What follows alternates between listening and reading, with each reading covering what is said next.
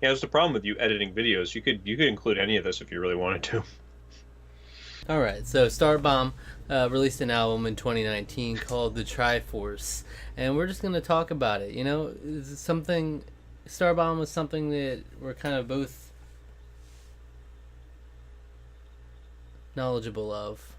No, I don't know. Relatively speaking, We're yeah, we're both kind of connected. We watch Game Grumps, and big then we fan. watch Ninja Sex Party. Yep, Watch Starbomb as a result. yep. The beautiful combination of both of those things. And supposedly this is the last Starbomb album of the trilogy. What do you feel about the name the Triforce? The Triforce, isn't it called? Was it Planetary Jam Sessions? Literally The, just the Triforce. the Triforce. That's like a subtitle or like some other title that's not technically the name. The Triforce. Yeah. I mean, it's fine. I'm not like overly. I like it. I mean, I'm not like it's not like the other album names were like crazy. Like, oh, that was amazing too. It's fine. It's it's kind of a pun because it's almost like try hard is the Triforce. Yeah. Um, so like it's funny in the kind of like oh haha kind of funny. It's not like a hysterical funny, but I mean none of them were like Player Select was the name of the second one, and the first one was literally just called Starbomb. So Yeah. um, I'm fine. It's a fine title. It's fine. I'm not a fan of it though. Okay. I hate it. Okay. Really? So Wait, are you serious right now? no, I don't know. It just bothers me. Why? So in this album, we have 14 tracks, four of which are not really songs. They're like these little in-betweeners, The vignettes. which like usually the less amount of those, the better for an I album. That's kind of what was holding back Player Select, in my opinion. Yeah. Because like upon repeated listens to that, um, it became less enjoyable to listen to, like the whatever it was like mystery theater. It was like the theater one. It was like radio theater with the pong paddle puzzle.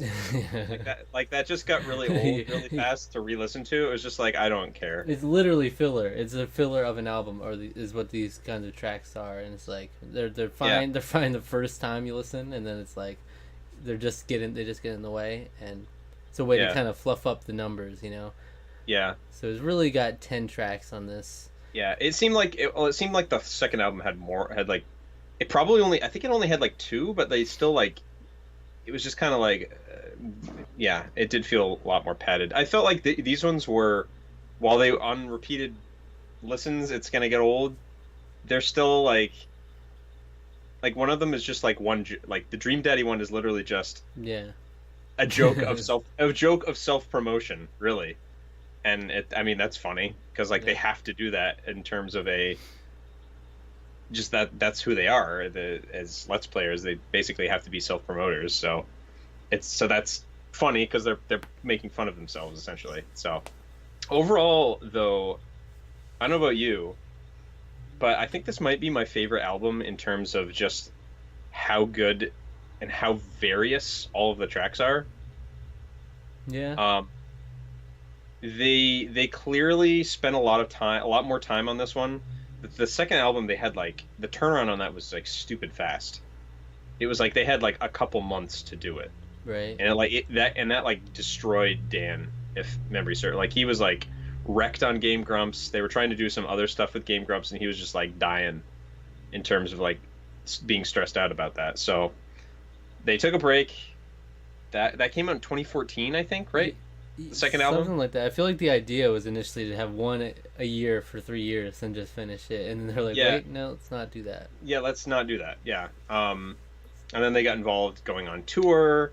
Like as Game Grumps Live, Ninja Sex Party was really kind of kicking off there. They had their covers albums coming out, and um, so yeah. I think the break was good both for their mental states and I think for the creativity because I feel like this is probably the most interesting and varied album that they've come out with. If you go back and listen to the first two ones, they're a little samey. A lot of the tracks sound pretty much the same. They're still pretty good. They're still funny. Like I still will quote like a lot of the first album especially, Mm-hmm. um, a lot of that. Um, I still know most of the I Choose You to Die and Crasherbania. I still like know basically all those songs by heart. I know a lot of the second album too by heart. Um, this one obviously haven't got to that point of saturation yet. But I know it'll come eventually.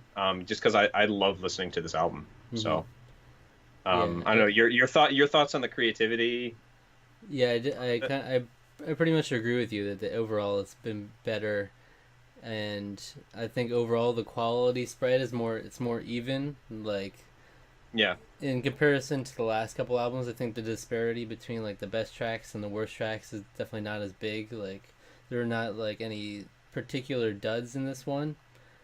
Because so even the worst track is still pretty good, and yeah, they're all yeah. enjoyable, very different styles. So it really comes down to a stylistic preference at that point. Yeah, and I think they pick some good games to go with, like good iconic Yep. games. I think that's something to always look at. And I mean, they always do a Zelda game. Hmm. They always do a Mario thing. They always do a Pokemon thing, and then they always do a simple plot of something.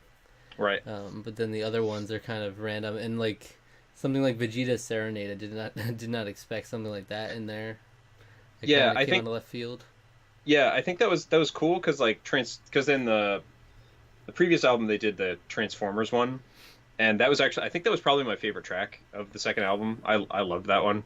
Yeah. Um, uh, this one, yeah, Vegeta Serenade. I get like you said, it's kind of like oh that's different, but Aaron's a huge DBZ fan, so it just kind of made sense in some way to sort of have fun with the fact that Vegeta's obsessed with killing Kakarot. Mm-hmm.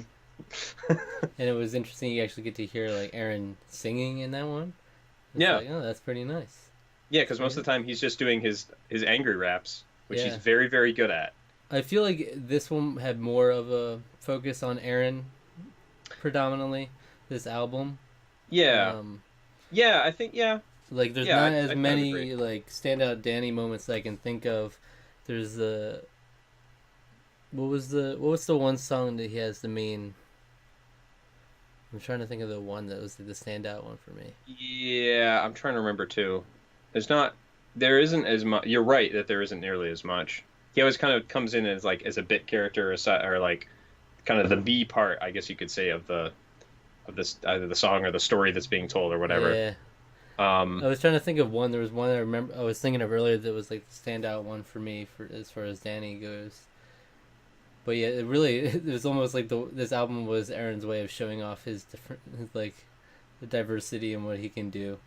yeah, 'Cause and he got to do pretty honestly, much everything he and wanted honestly, to do. the dude's super talented. You know, you can't, you absolutely can't take that away from him. Mm-hmm. So I'm really proud because I got to go to the Game Grumps live in New York, and I joked I was like, yes, I got the high five Aaron twice, and he laughed at something I said as he went by, and then a friend of mine is like, man, I'm so jealous that you get to touch those sweaty palms.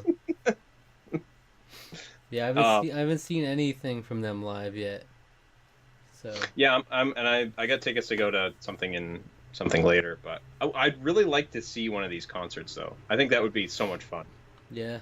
So So as far as like, I was having a tough time just trying to think of like one favorite song. I really just like going through some of my favorites though. I think A Boy in His Boat, the Zelda one's really good.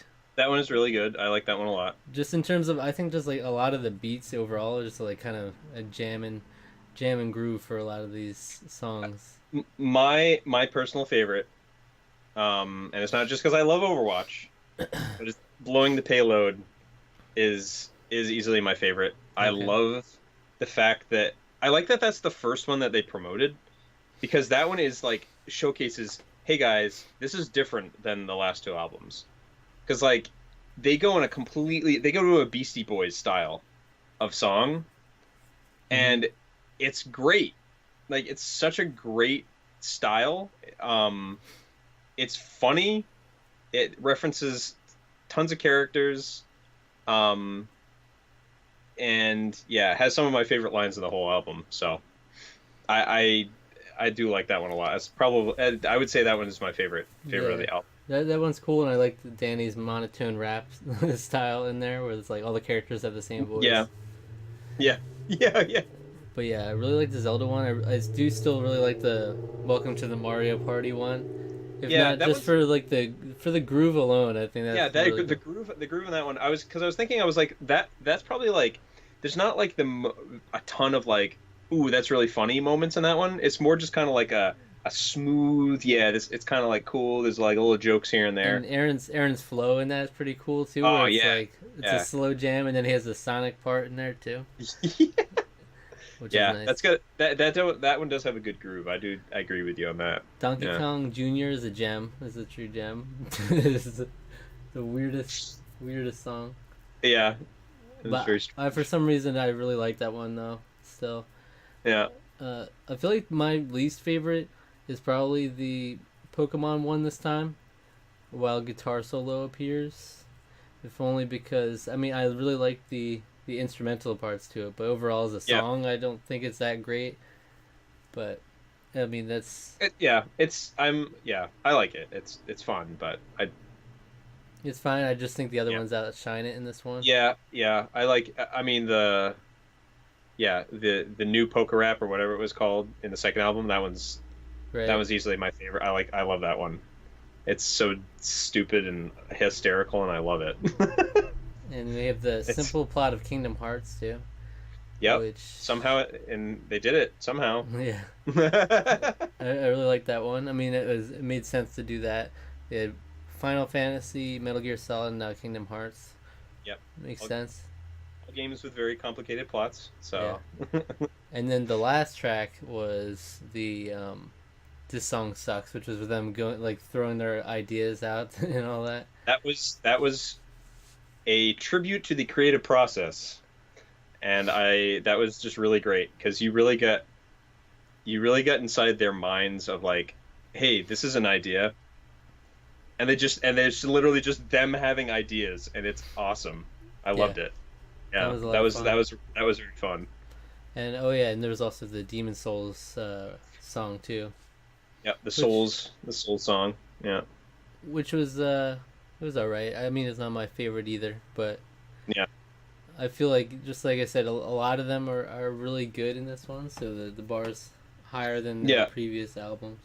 definitely. If I mean, I think in terms of quality alone, I hope if they decide to come back for another one, that they take the time off again, and they really work on like being similar to this in the sense that try different styles, try new things because they're really good at it. They're honestly they're three incredibly talented people, and I'm really glad that they decided to do this. You know, Hmm. I'm glad that they decided to do a joint effort like this. Because Ninja Sex Party is already really great, but adding this like game twist and Aaron getting able to do stuff other than just commentating about games is fun. Oh yeah, So and TWRP were on this one too, right? yes, yep, So that I could yeah, they were. definitely hear a change You, from that. They definitely made an impact on it. they have in my opinion they've elevated everything that Ninja Sex Party has done too. Ninja Sex Party, like their old stuff is still really fun. It's still funny, and it's quaint. It's a quainter feeling because it feels a lot more like there's just a couple of guys goofing around, and Right.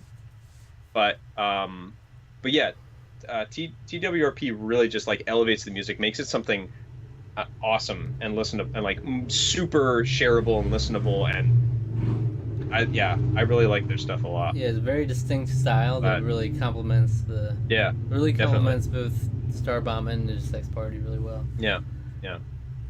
So yeah, it was definitely cool. The diversity of the songs is definitely the standout, and Yeah, for sure. seeing both of them kind of do really different things, very cool. Yeah. So So overall, if you were to give this a score, a score. yeah, out of 10, what do you I'm give not it? good at dude. I'm not good at rating music. I'm like honestly, like I mean, I don't know. I'd probably give it a 9. I A really like it a 9. lot. Yeah, I give it a 9. I think it's really solid. I could do without the filler tracks, like we said, but Hmm. I mean, this is the best. I'd say this is the best album they've come out with so far. Yep. I really like it a lot. Yeah, filler Um, tracks bring it down 5 points for me. It's gonna be a 4 out of it's just 10. a four. Yeah, four. It really tanks it. I mean, if you look at the overall product, I mean, look at the proportionately to the amount of tracks. Let's see. I think I'll give it a